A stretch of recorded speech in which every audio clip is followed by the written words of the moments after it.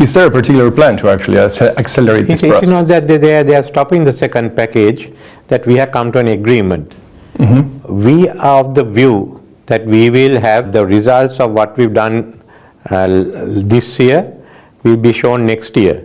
In regard to the targets, it was always felt that some of the targets may not be achieved and they were told of it. And now we are talking of how we can fill that gap. And in regard to it, there are some proposals to which we have not agreed because we feel it might add to the burdens of the ordinary people.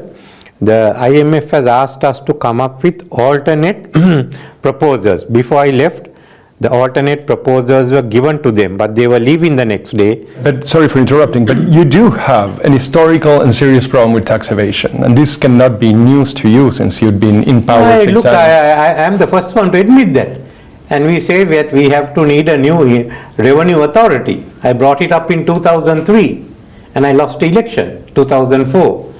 But it's not only a question of revenue evasion, which we have agreed. It is from where are you going to take that money in. Revenue evasion cannot be overcome in 1 year. We are already talking, and they've already given us, we've agreed with many of it. It's just where do we find the money at the present times. It will be resolved. It will be resolved. How long do you think it will take? I think by next week it will be resolved. There is actually a very pressing.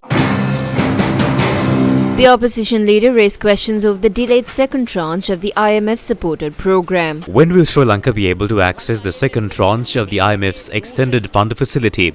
Will the electricity and water tariffs and fuel and gas prices be increased again for this purpose? What is the amount in state revenue that the government aims to increase? The IMF says that improper use of public property and corruption paved the way for the economic crisis. The IMF also says that welfare has collapsed and there is no national anti-corruption plan. It also speaks of the collapse in the rule of law. Will the government admit that the second tranche was delayed because of the weaknesses mentioned in this report? ගරු මුදල් රාජ්‍ය අමාත්‍යතුමා විසින් හෙට දිනේදී මේ පිළිබඳව සවිස්තර පිළිතුරක් ලබා දීමට කටයුතු කරලා තියෙනවා. SLPP lawmaker Nama Rajapaksa also commented on the IMF program. That is a question for the Ministry of Finance. The discussions are carried out by the Finance Minister.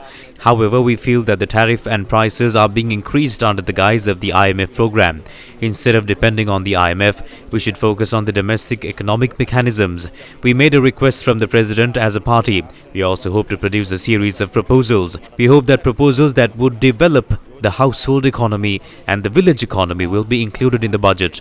I also do not think the government should bow down to everything that the IMF says. The President had told the international media that not everything the IMF says can be achieved. I'm not sure if such comments were made to local media.